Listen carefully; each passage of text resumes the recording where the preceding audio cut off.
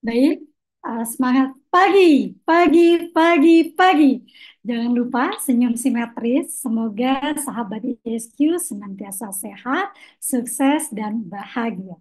Dalam episode ISQ Talk kali ini, kita akan membahas topik yang sangat menarik dan banyak diperbincangkan saat ini.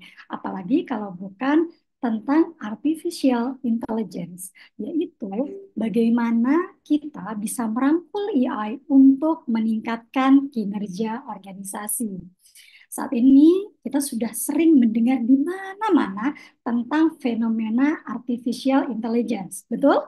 Nah, bagi Anda yang sudah sering mendengar tentang artificial intelligence, silahkan komen di kolom chat apa yang Anda ketahui tentang artificial intelligence. Silahkan komen. Baik, terima kasih atas sharingnya. Jadi saat ini AI sudah mendominasi hampir di seluruh kehidupan kita gitu ya. Dan kecerdasan buatan atau AI ini sudah bukan lagi menjadi wacana, namun sudah hadir di tengah-tengah kita. Bahkan Satya Nadella, CEO Microsoft, menyebutkan bahwa AI telah menjadi fondasi baru bagi perusahaan. Oleh karena itu, AI akan membuat atau membelah dunia menjadi dua bagian. Apa saja? Pertama adalah akan ada perusahaan-perusahaan atau organisasi-organisasi yang hadir sebagai pemenang. Siapakah itu? Yaitu yang mampu beradaptasi terhadap perubahan. Kemudian yang kedua adalah organisasi-organisasi yang keluar sebagai pecundang. Siapakah itu? Ia adalah organisasi atau perusahaan yang tidak dapat beradaptasi dengan perubahan. Lalu, organisasi Anda termasuk atau tergolong pada kategori yang mana? Tergolong pada kategori yang akan memenangkan persaingan dengan AI atau justru masih bersikeras menjadi perusahaan konvensional sehingga keluar pecundang. Silahkan komen di kolom chat ya. Apa harapan Anda dengan adanya AI di perusahaan Anda? Baik, sahabat ISQ, dalam ISQ Talk kali ini kita akan membahas contoh perusahaan di dunia yang telah bergerak merangkul AI dan berdampak pada kinerja yang eksponensial. Kemudian di bagian kedua kita akan membahas bagaimana AI mengubah landscape pekerjaan. Dan yang ketiga, bagaimana atau manusia seperti apa serta budaya seperti apa yang harus organisasi siapkan agar mampu merangkul AI. Sudah siap menyimak? Oke, kita mulai dari yang pertama ya. Katanya kita harus mulai dari best practice. Maka kita mulai dari yang pertama, yaitu salah satu contoh perusahaan yang merangkul AI dan berdampak pada kinerja yang nyata. Klik, yaitu salah satunya adalah Ant Financial Services Group, adalah perusahaan yang terafiliasi dari Alibaba yang menghebohkan dunia. Mungkin kita di Indonesia belum begitu familiar dengan Ant Financial ini. Padahal prestasi atau kinerjanya luar biasa. Kenapa disebut luar biasa? Karena walaupun usianya masih sangat belia, yaitu baru 5 tahun, nasabahnya sudah 1 miliar. Bayangkan, baru 5 tahun, itu kalau usia manusia itu baru uh, anak balita gitu ya, tapi sudah menghasilkan 1 miliar nasabah. Bahkan nasabahnya 10 kali lebih banyak dari nasabah terbesar di Amerika Serikat. Anda tahu Bang, apa yang saya maksud yang terbesar di Amerika Serikat? Dan untuk melahirkan kinerja tersebut, jumlah pegawai di Ant Financial itu sebetulnya hanya 10% lebih sedikit dibanding bank-bank besar lainnya di Amerika Serikat. Jadi kebayang ya, secara usia masih belia. Secara nasabah sudah 1 miliar. Padahal jumlah pegawainya 10% lebih sedikit dibanding bank-bank besar lain. Luar biasa. Plus buat Ant Financial. Dan di Tiongkok sendiri, mereka bahkan menguasai 55% transaksi pembayaran digital. Dan juga kita tidak heran ya kalau misalnya valuasi Ant Financial di 2018 mencapai 150 miliar US dollar atau setengah valuasi JP Morgan Chase, perusahaan jasa financial terbesar di US. Wow, tentu mengagetkan kita semua. Bagaimana lembaga finansial yang baru dirintis 5 tahun sudah bisa uh, bersaing gitu ya dengan perusahaan sekelas JP Morgan Chase, perusahaan jasa finansial terbesar di US. Luar biasa. Tentu kita ingin mengetahui apa rahasia kesuksesan Ant Financial ini. Siapa yang tahu kesuksesan financial? Ya, yang tahu silakan komen di kolom chat ya. Kunci kesuksesan unfinancial ada di pemanfaatan big data dan teknologi kecerdasan buatan atau AI.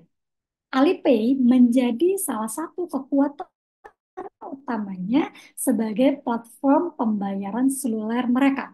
Mereka tidak hanya membuat sistem pembayaran aja nih, sahabat ISQ, tapi juga mereka membuat layanan finansial lain seperti pinjaman, asuransi, dan juga lain-lain.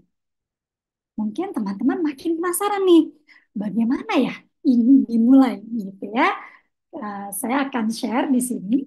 Pertama, inovasi mereka dimulai di tahun 2004 saat Alipay diluncurkan untuk membantu transaksi e-commerce. Tapi baru di tahun 2014, Ant Financial resmi menjadi bagian dari Alibaba. Dan sejak itulah mereka punya 3 kunci sukses. Apa saja? Pertama adalah big data, kemudian yang kedua adalah AI, artificial intelligence yang mereka optimalkan, dan yang ketiga adalah ekosistem yang sangat kuat. And Financial paham betul pentingnya data untuk memahami nasabah mereka. Dari situ mereka menawarkan layanan finansial yang cocok dengan kebutuhan nasabah. Jadi mereka membuat secara personalized, person by person. Satu nasabah dengan nasabah lainnya berbeda-beda. Walaupun nasabahnya banyak 1 miliar, tapi mereka bisa memberikan solusi yang presisi, yang personalized sesuai dengan kebutuhan nasabah. Luar biasa, Financial. Jadi dengan teknologi AI, mereka bisa menganalisa data nasabah secara real time. Jadi mereka bisa memberikan solusi yang presisi dengan cepat dan akurat. Jadi nggak heran ya kalau dalam 5 tahun sudah menghasilkan 1 miliar nasabah. Selain itu nih, sahabat ISQ, Unfinancial juga memanfaatkan teknologi AI untuk membuat payment system mereka lebih aman dan cepat. Bagi kalian, tentu kita sering dengar nih di Indonesia beberapa waktu lalu ya, bahwa banyak um, apa hacker-hacker yang kemudian menyedot tabungan kita gitu ya, dan lain-lain yang dengan sistem yang semakin canggih. And Financial menyadari hal ini. Oleh karena itu, mereka menggunakan teknologi pengenal wajah. Jadi dia bisa mengidentifikasi wajah nasabahnya di sistem pembayaran mobile mereka. Jadi transaksinya lebih mudah dan juga lebih secure, lebih aman, terbebas dari ancaman-ancaman hacker gitu ya. Dan yang terakhir, kunci kesuksesan mereka yang terakhir adalah bekerja sama dengan Alibaba. Nah, kolaborasi ini memungkinkan Ant Financial menyediakan layanan finansial yang lebih murah dan juga lebih mudah diakses. Mereka tidak hanya membuat sistem pembayaran, tapi juga layanan finansial lainnya. Seperti contohnya pinjaman terhadap nasabah, kemudian bagaimana aset manajemen. Jadi financial membantu nasabah mengelola asetnya, kemudian asuransi kesehatan, layanan penilaian kredit, bahkan bahkan yang menarik inovasinya adalah sampai dengan layanan game online. Bayang ya, sampai dengan layanan game online aja sama M Financial difikirkan gitu. Nggak heran kalau nasabahnya 1 miliar. Oke? Semoga kita bisa belajar dari case study di N Financial ini sehingga perusahaan kita bisa bertumbuh ya. Jadi, Unfinancial ini melangkah secara radikal dramatis membuat digital to the core. Bagaimana AI mengelola dan mengendalikan proses pengajuan pinjaman, pemberian saran finansial, approval biaya medis, dan juga asuransi. Jadi hal-hal ini yang biasanya oleh perusahaan dilakukan majority oleh human atau oleh manusia, tapi di end financial itu dilakukan mayoritasnya dilakukan oleh AI, gitu ya. Sehingga tetap ada unsur manusianya, tapi peranan AI sangat dominan. Jadi AI di end financial berperan mengatasi hambatan operasional yang biasanya membelenggu perusahaan konvensional. Jadi, sahabat-sahabat ISQ, dengan teknologi dan inovasi mereka, Ant Financial tidak hanya menjadi pemimpin di industri keuangan, di industri fintech, gitu ya, dan menghebohkan dunia walaupun 5 tahun, tapi sudah menghasilkan 1 miliar nasabah, gitu ya, dengan jumlah karyawan yang hanya 10%, bayangkan, efisien dan efektif, gitu ya. Tapi juga Ant Financial bisa membuktikan bahwa teknologi bisa menciptakan perubahan yang sangat besar di industri keuangan dan juga memberikan nilai tambah yang besar bagi nasabah mereka yang berdampak pada kinerja yang eksponensial. Gimana, sahabat ESQ? Semoga sahabat ESQ tercerahkan dengan kisah dari Ant Financial Services Group, gitu ya. Setelah menyimak kisah tadi, sahabat DSQ, yuk kita refleksi sejauh mana organisasi kita saat ini memanfaatkan AI untuk meningkatkan kinerja. Atau hanya sebagai penonton aja selama ini. Hanya mendengar bahwa ada AI, kemudian kita hanya menonton. Nah, perusahaan sahabat DSQ termasuk kategori ini. Yuk, komen di kolom chat. Oke. Kemudian klik kedua, jadi tadi kalau di pembahasan pertama kita sudah melihat real case dari perusahaan yang memanfaatkan AI dengan sangat optimal gitu ya sehingga kinerjanya bisa eksponensial. Di pembahasan kedua dari 3 pembahasan ini kita akan membahas bagaimana AI mengubah landscape produktivitas atau kinerja di tempat kerja.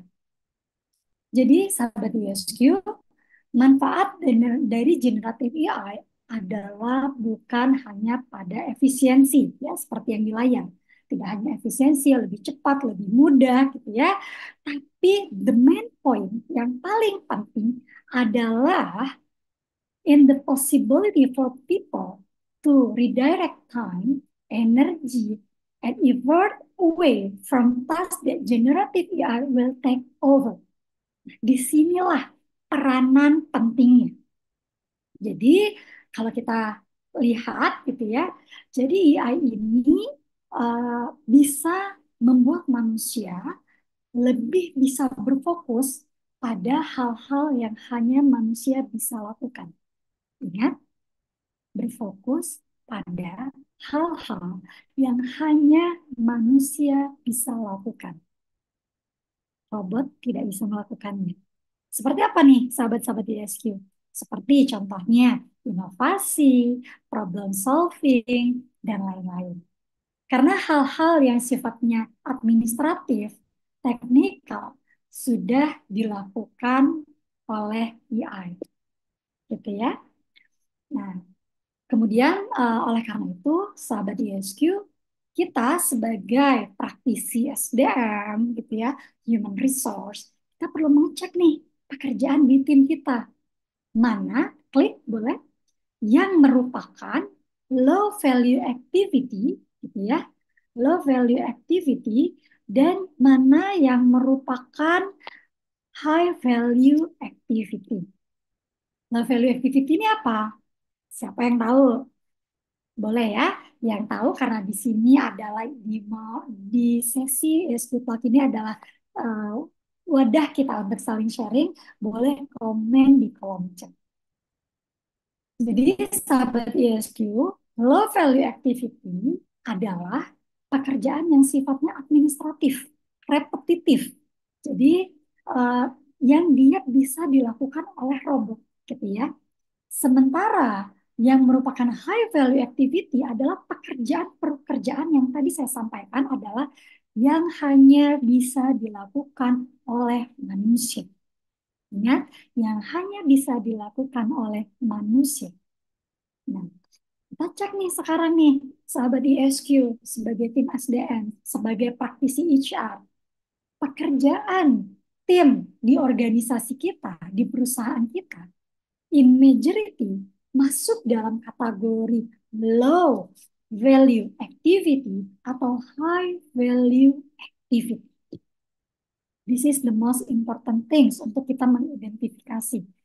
Jangan-jangan secara kita tidak sadar banyak pekerjaan yang dilakukan oleh karyawan kita, banyak pekerjaan yang dilakukan oleh pegawai kita di organisasi kita adalah melakukan low value activity yang sebetulnya bisa disubstitusi oleh robotik. Hmm, kayaknya kita udah mulai berpikir ya, kira-kira di perusahaan saya lebih banyak yang low value activity atau high value activity. Kita lihat lagi, kita ingin ingat lagi, kita cek lagi job description dari berbagai fungsi yang ada di organisasi kita. Apakah itu mencerminkan low value activity atau high value activity? Baik, kalau kita sudah refleksi, kita sudah mengidentifikasi, pasti kita menemukan dua hal, yaitu ada pekerjaan-pekerjaan yang sifatnya adalah low value activity dan ada pekerjaan-pekerjaan yang sifatnya high value activity. Nah, kita sebagai tim SDM, sebagai praktisi HR, setelah kita mengidentifikasi mana pekerjaan yang sifatnya low value activity, maka kemudian kita perlu melihat di part mana dari pekerjaan yang sifatnya low value activity yang bisa dibantu oleh artificial intelligence. Ini dilakukan bukan oleh salah satu divisi khusus gitu ya. Oh, ini kita minta tim IT kita. Rasanya terlalu terlalu banyak kalau hanya diselesaikan oleh divisi yang namanya IT gitu. Tapi bagaimana masing-masing unit kerja mengidentifikasi mana yang masuk kepada kategori low value activity dan mana yang masuk pada kategori high value activity. Dan kemudian masing-masing unit kerja mengidentifikasi mana dari low value activity yang bisa dibantu oleh fungsi artificial intelligence. Dapat insight dari obrolan kita pagi ini? Oke, baik. Sahabat ISQ, setelah kita melihat di layar, gitu ya, ada dua hal di sini. Di kolom sebelah kiri, kita melihat bahwa saat ini Boleh kursornya, pointersnya ditunjukkan bahwa 80% pekerjaan saat ini itu akan terdampak oleh generatif AI. Bayangkan 80% sahabat ISQ. Jangan-jangan itu termasuk pekerjaan kita loh. Nah, 80% itu akan tersubstitusi oleh AI. Dan ke depan pekerjaan-pekerjaan ini hanya 10-50% yang kurang lebih tidak begitu terdampak oleh AI. Namun, ada lebih dari 50% atau setara 19% itu yang akan terdampak oleh AI. Atau dia bahkan terreduce, tersubstitusi oleh AI. Yuk kita lihat pekerjaan-pekerjaan kita.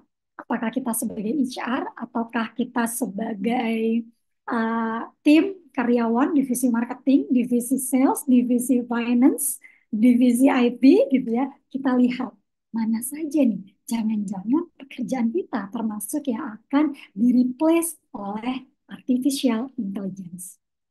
Kemudian kita lihat lagi di sebelah kanan nih, sahabat ISQ, bahwa saat ini pekerjaan di saat ini adalah eh, lebih banyak dominasinya adalah transactional task yang berwarna dark blue gitu ya.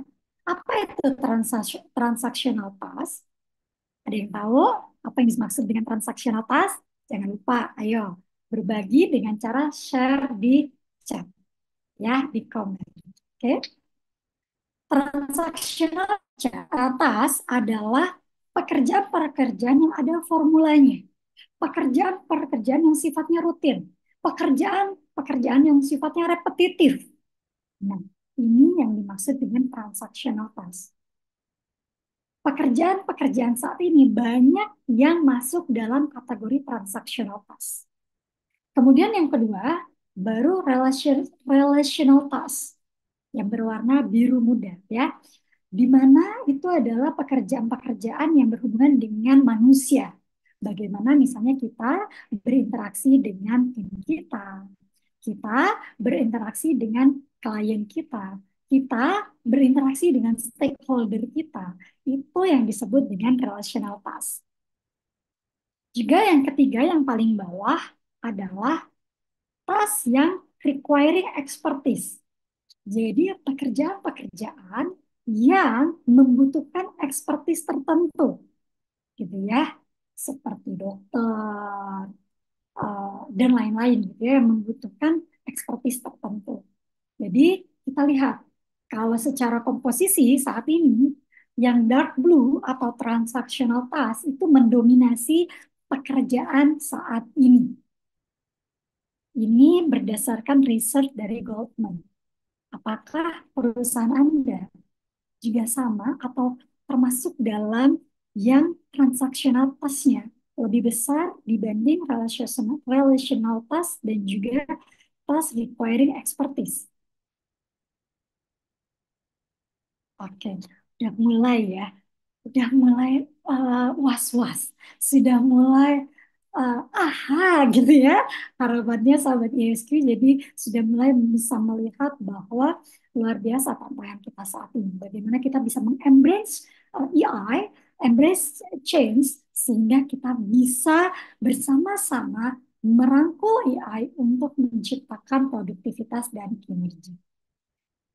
Baik, sahabat ISQ. Jadi kalau saat ini itu ada di gambar yang ada kursornya gitu ya, maka di 2027 komposisinya will be different. Di mana transactional task yang tadinya sangat besar menjadi mengecil. Kenapa? Kenapa mengecil? Atau semakin sedikit? Atau semakin tereduksi? Karena transactional task disubstitusi dengan artificial intelligence dan juga robotic processor automation. Jadi yang tadinya besar di 2027 bahkan even lebih cepat itu akan tereduksi dan tersubstitusi.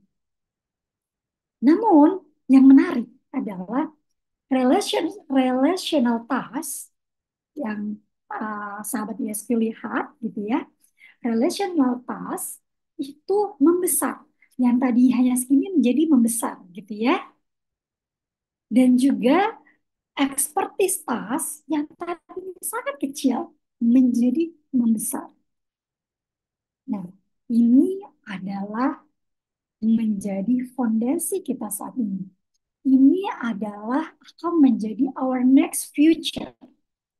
Bagaimana transactional task akan tereduksi dengan adanya artificial intelligence dan juga robotic processor automation. Dan ini harusnya kita sebagai praktisi HR, tim SDM, ini menjadi fondasi kita gitu ya. Dalam hal manpower planning, dalam hal development plan, dalam hal menentukan TNA. Jadi kita sudah tidak lagi bisa melihat the past gitu ya. Hanya berpaku melihat historical. Sekarang sudah terputus nih eranya. Kita sudah masuk kepada era artificial intelligence. Sehingga tidak cukup hanya melihat historical, tapi kita juga melihat the next future. Bahwa ya tadi, transactional task itu akan tereduksi. Dan juga relational task dan juga expertise task ini akan membesar. Maka ini akan membuat tim SDM, praktisi HR, PR-nya banyak. Kenapa PR-nya banyak? Karena tim HR lah, tim SDM lah, yang akan mengembalikan manusianya back to the core, kembali pada fitrahnya, kembali pada fitrah manusia sebagai sebaik-baiknya hamba Tuhan, kembali kepada mengembalikan manusia kepada hal-hal yang betul-betul hanya bisa dilakukan oleh manusia dan tidak bisa dilakukan oleh AI atau robotic processor automation. Luar biasa.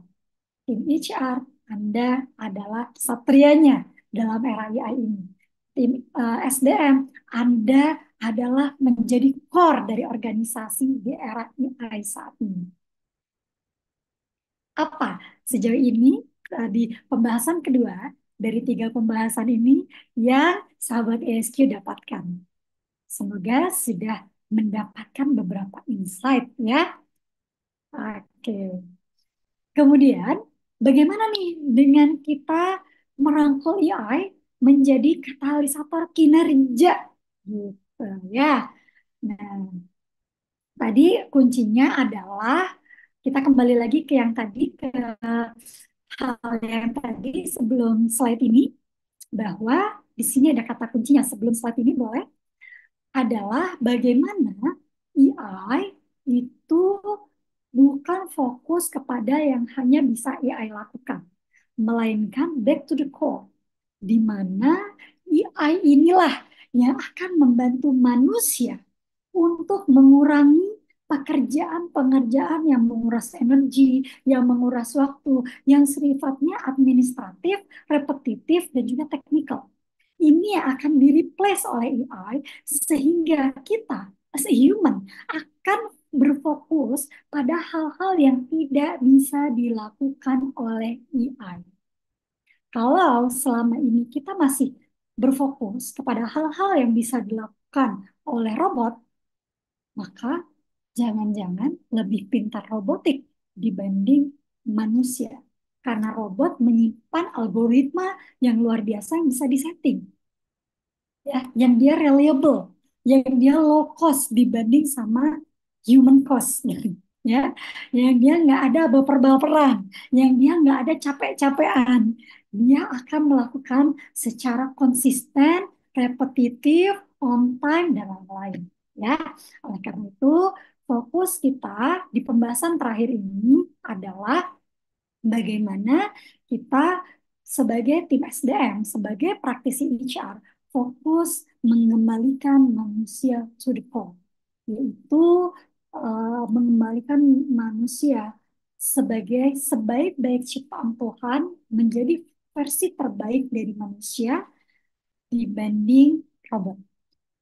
Maka sahabat ISQ, dengan segala kerendahan hati, izin saya di sini akan sharing terkait dengan pengalaman Dr. Adi Ginanjar Agustian dan ISQ Corps selama lebih dari 24 tahun membangun usaha sampai akhirnya jadilah Menara 165 di Jalan TB Simatupang ya. Di mana Dr. Ari saat itu hanya bermodalkan kertas bekas dan pena sampai akhirnya menjadi 17 bisnis di ESQ Corps dan tumbuh secara eksponensial. Bagaimana formulanya? Kita simak ya.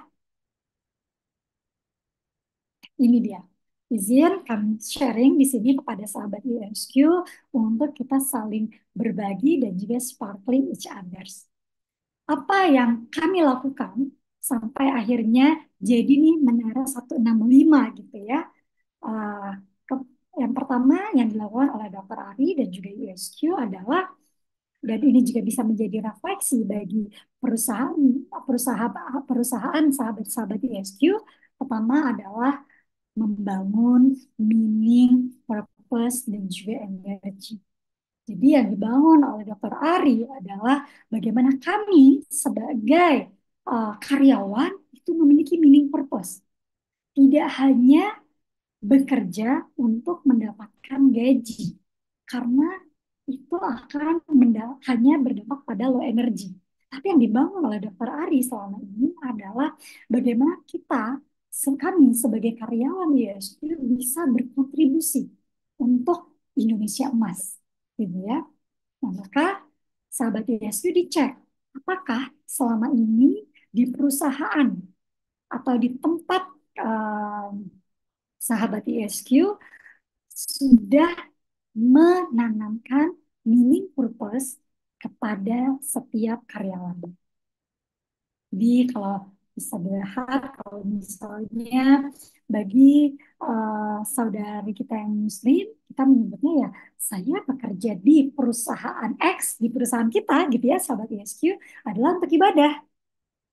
Atau bagi saudara kita yang Kristiani, kita menyebutnya kita bekerja di uh, PTX, di perusahaan kita nih, atau saya di ESQ adalah untuk melayani Tuhan. Atau bagi saudara kita yang Hindu dan Buddha menyebutnya saya bekerja di perusahaan ini adalah untuk berdharma.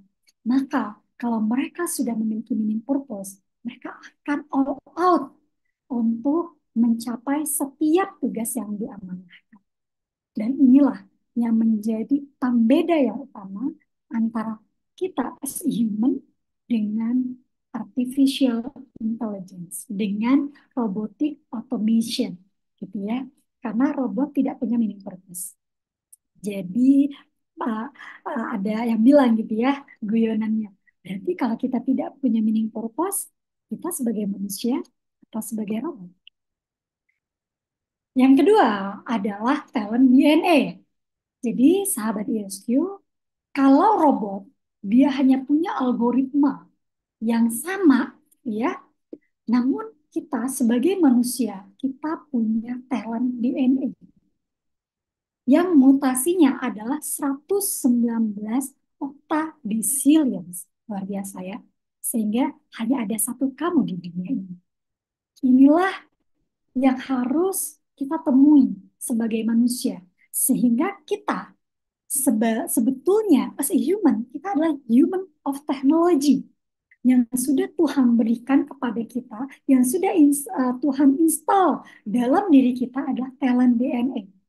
Namun banyak juga manusia yang tidak tahu talent DNA. Kalau kami di SQ Corps, Dr. Ari sudah mengidentifikasi talent DNA kami masing-masing. Sehingga kami bekerjanya lebih enjoy, lebih excellence gitu ya. Karena kami bekerja dengan talent DNA. Di perusahaan Sahabat ISQ sudah juga menerapkan talent DNA atau belum? Komennya di kolom chat. Kemudian yang ketiga adalah growth mindset. Apa itu growth mindset? Growth mindset itu kalau Dokter Ari menganalogikan adalah mata lebah. mata lebah gitu ya. Kita sering mendengar mata lalat dan mata lebah. Kalau lalat diletakkan di taman yang penuh dengan bunga, lalat akan tetap mencari seonggok sampah. Namun, kalau lebah, dia ada di tempat sampah sekalipun, dia akan tetap mencari sekuntum bunga. Artinya apa? Growth mindset adalah selalu melihat, selalu mencari dengan positif mental attitude. Jadi kalau robot tadi ya, artificial intelligence melakukan dengan in the same way, hanya setiap waktu ya begitu aja gitu ya, secara algoritma yang kita setting, maka manusia itu luar biasa. Tuhan anugerahkan kita growth mindset. Tapi sebenarnya itu pilihan sih ya, ada dua pilihan. Kita termasuk kategori fixed mindset, yaitu mata lalat, atau growth mindset, yaitu mata lebah. Mata lebah tidak akan melakukan segala hal in the same way. Ketika dia menghadapi tantangan, dia akan melihat tantangan itu sebagai sebuah challenge untuk berhasil. Dan dia akan mencari sejuta cara untuk melampaui tantangan tersebut. Tapi kalau fixed mindset, melihat peluang sebesar apapun, dia akan selalu melihat kekurangan dalam peluang tersebut. Maka yang yang Dokter Ari sampaikan dan sudah kami jalankan selama lebih dari 24 tahun di ESQ Talks adalah tiga ini sebagai fondasi, yaitu meaning purpose, talent DNA, dan growth mindset sebagai fondasi kita as human, sebagai manusia yang membedakan kita dibandingkan artificial intelligence. Siapa dari perusahaan sahabat DSI yang sudah memiliki ketiga hal ini? Silakan komen di kolom chat ya. Baik, selanjutnya sahabat ISQ, untuk kita bisa menghadapi era artificial intelligence, maka kita juga secara bisnis harus menyesuaikan. Kita lihat tadi, mana yang low value activity, mana yang high value activity. Transformasi apa yang perlu kita lakukan untuk mengembrace the change, mengembrace artificial intelligence, sehingga kita bisa mengoptimalkan artificial intelligence untuk meningkatkan kinerja kita. Selain itu, kita nanti yang juga akan saya bahas adalah terkait dengan culture. Jadi bagaimana kita di organisasi ini, sahabat ISQ, kumpulan dari orang-orang itu akan membentuk budaya. Maka budaya organisasi kita harus sehat agar siap menerima perubahan tantangan artificial intelligence saat ini. Karena kalau budaya organisasi kita sakit, jangankan artificial intelligence, sebelum artificial intelligence kita akan disibukkan dengan work wine, angin puting beliung, masalah yang di situ aja, toxic people, ya, kemudian silo mentality dan lain-lain. Oleh karena itu penting untuk membangun budaya kerja yang sehat. Nanti saya akan share kepada sahabat ISQ bagaimana cara menumbuhkan atau membuat organisasi kita sehat. Dan juga di sini di tengah, tiang yang di tengah adalah leadership. Bagaimana di era tantangan BI saat ini, organisasi kita memerlukan leaders yang ambidextrous leadership, yaitu seorang leaders yang juga bisa melakukan eksploitasi dengan baik, tapi juga bisa melakukan eksplorasi dengan optimal, gitu ya. Karena tantangan saat ini sudah luar biasa, maka kalau leadernya hanya begitu-begitu aja gitu ya, dia hanya fokus kepada eksploitasi terus, atau dia hanya fokus kepada eksplorasi terus, maka itu tidak akan balance. Sehingga akhirnya organisasi tidak bisa menjawab tantangan artificial intelligence saat ini. Dan kita juga perlu skill. Skill apa? Yaitu skill coaching, gitu ya. Bagaimana kita sudah tidak, apalagi sekarang eranya generasi Z ya, milenial, yang sudah tidak bisa lagi diceramahi, tapi harus kita coaching Sehingga inner drive-nya muncul, meaning purpose-nya muncul, dan energinya muncul untuk bisa menyelesaikan setiap tugas yang diberikan. Selain itu, seorang leaders juga perlu memiliki kemampuan bagaimana memiliki kemampuan berkomunikasi di one to many, di publik gitu ya. Bagaimana seorang leader harus bisa melakukan komunikasi baik one on one maupun publik gitu ya di hadapan banyak orang untuk memotivasi timnya, bagaimana mengeluarkan energi timnya agar memiliki kinerja terbaik. Ini adalah pengalaman kami selama lebih dari 24 tahun dan bukan hanya omon-omon gitu ya, karena berkat hal inilah Pak Ari, Dr. Ari Ginanjar dan juga USP Corps akhirnya dari sebatang pena dan kertas bekas, Dr. Ari akhirnya mampu membangun Menara 165 kalau sahabat ISQ lewat di Simatupang gitu ya, dan juga membangun 17 bisnis unit. Gimana sahabat ISQ? Sejauh ini semoga ada insight yang bisa sahabat ISQ dapatkan gitu ya. Dan dari rumah ini yang akan saya bahas sedikit aja adalah terkait dengan culture. Karena culture ini penting nih menjadi fondasi organisasi kita. Kalau budayanya sehat, maka akan melahirkan orang-orang juga yang sehat. Orang-orang yang sehat akan siap menerima tantangan di era artificial intelligence. Tapi kalau organisasinya sakit, maka orang-orang di dalamnya juga akan sakit dan akhirnya tidak akan mampu menjawab tantangan artificial intelligence. Dan akhirnya seperti yang tadi saya bilang, keluar menjadi pecundang. Itu yang tentunya tidak kita harapkan.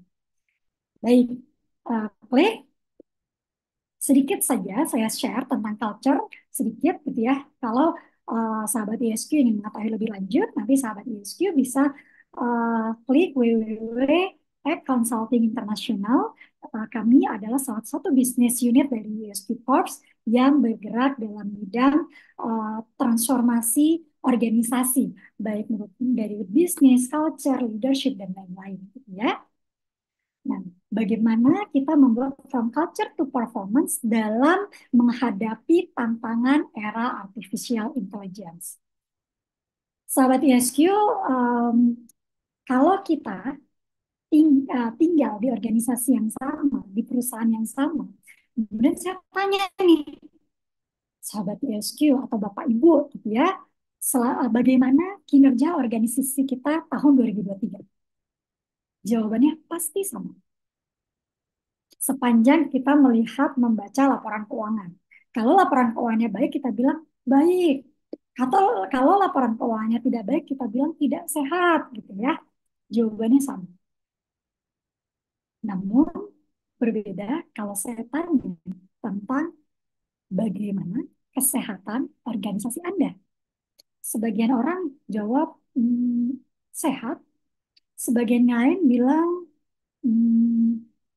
kurang sehat, sebagian lainnya bilang toksik banget, gitu ya. Sebagian lainnya bilang ini mengganggu mental health saya, gitu ya. Kebayang nggak sahabat ISQ? Kita stay di organisasi yang sama, tapi ketika kita ditanya laporan keuangan, kita akan menjawab dengan seragam. Kenapa? Karena laporan keuangan, kondisi kesehatan finansial organisasi kita itu sifatnya tangible. Selama kita membaca laporan keuangan, maka jawaban kita pasti sama. Namun, tadi dari kisah yang saya sampaikan, ketika kita ada di organisasi yang sama dan ditanya kesehatan budaya organisasinya, jawabannya bisa berbeda-beda. Teman-teman ISQ, sahabat ISQ, ada yang tahu kenapa? Ada yang tahu? Yang tahu silakan komen di kolom chat ya. Kenapa sahabat ISQ? Karena culture itu memang sifatnya intangible. Dia hanya bisa dirasa-rasa sepertinya yang saya lihat dan lain sebagainya gitu ya. Nah, namun kita perlu mengukur. Kita perlu mengukur kesehatan budaya organisasi kita, sama seperti kita mengukur kesehatan keuangan kita, sama seperti kita mengukur layanan servis kita gitu ya. Kenapa? Culture is matters and we can measure. Karena kenapa? If we cannot measure, we cannot manage. Kalau kita tidak bisa mengukur, maka kita tidak bisa memanage. Apakah organisasi kita harus bisa mengukur apakah organisasi kita ini termasuk dalam organisasi yang sehat yang siap menerima perubahan artificial intelligence. Apakah organisasi kita ini termasuk ke dalam organisasi yang sehat untuk menerima dan merangkul era robotik. Nah, ini bisa kita ukur, sahabat ISQ. Jadi kita bisa ukur bagaimana kesehatan organisasinya dengan metodologi yang bukan Likert. Kalau Likert itu kan biasanya rata orang kita ya di Indonesia cenderung rata kanan atau rata kiri. Kalau ini adalah kami memiliki tools untuk mengukur budaya organisasi sehingga membuat sesuatu yang intangible menjadi tangible, sesuatu budaya yang tidak terukur menjadi terukur, sehingga yang tadinya tidak bisa kita manage menjadi bisa kita manage. Sehingga kita tahu secara presisi apa yang menjadi kekuatan organisasi kita, dan kita juga mengetahui secara presisi apa yang menjadi perbaikan di organisasi kita. Sehingga kita siap untuk menghadapi era artificial intelligence. Gimana sahabat ISQ dari sharing singkat pagi ini? Apakah sahabat ISQ dapat manfaatnya?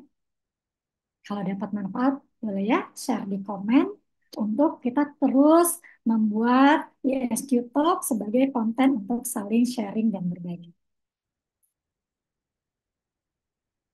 Oke, baik. Semangat pagi. Baik, sahabat ISQ, jika kita sudah mengetahui tadi ya bagaimana artificial intelligence saat ini, bagaimana kita bisa membangun budaya organisasi yang sehat, maka sahabat ISQ, kita perlu melihat lagi kesehatan budaya organisasi kita sehingga organisasi kita adalah organisasi yang subur untuk mengembrace the change. Organisasi kita adalah organisasi yang subur untuk merangkul AI menjadi kinerja dan produktivitas. Dan terakhir, quotes. Saya mengutip quotes nih on click. Saya mengutip quotes bagaimana pentingnya kita menjaga kesehatan budaya organisasi kita. On click. Jadi, sahabat ESQ, ada sebuah quotes dari Ariana Huffington, gitu ya, yang menyebutkan bahwa bisnis bisa sukses tanpa budaya, tapi ini hanya sementara. Tanpa budaya yang kuat, kesuksesan jangka panjang hampir tidak mungkin. Jadi, sahabat ISQ bisa jadi organisasi kita kurang care terhadap budaya organisasi, gitu ya. Yang dikejar hanya performa saja. Bisa sukses, tapi suksesnya tidak jangka panjang. Tentu yang kita harapkan bagaimana organisasi kita bisa sukses jangka panjang. Oleh karena itu, inilah pentingnya kita membangun budaya kerja yang sehat dalam menghadapi era tantangan artificial intelligence agar organisasi kita, agar perusahaan kita bisa sukses jangka panjang dan juga sukses eksponensial.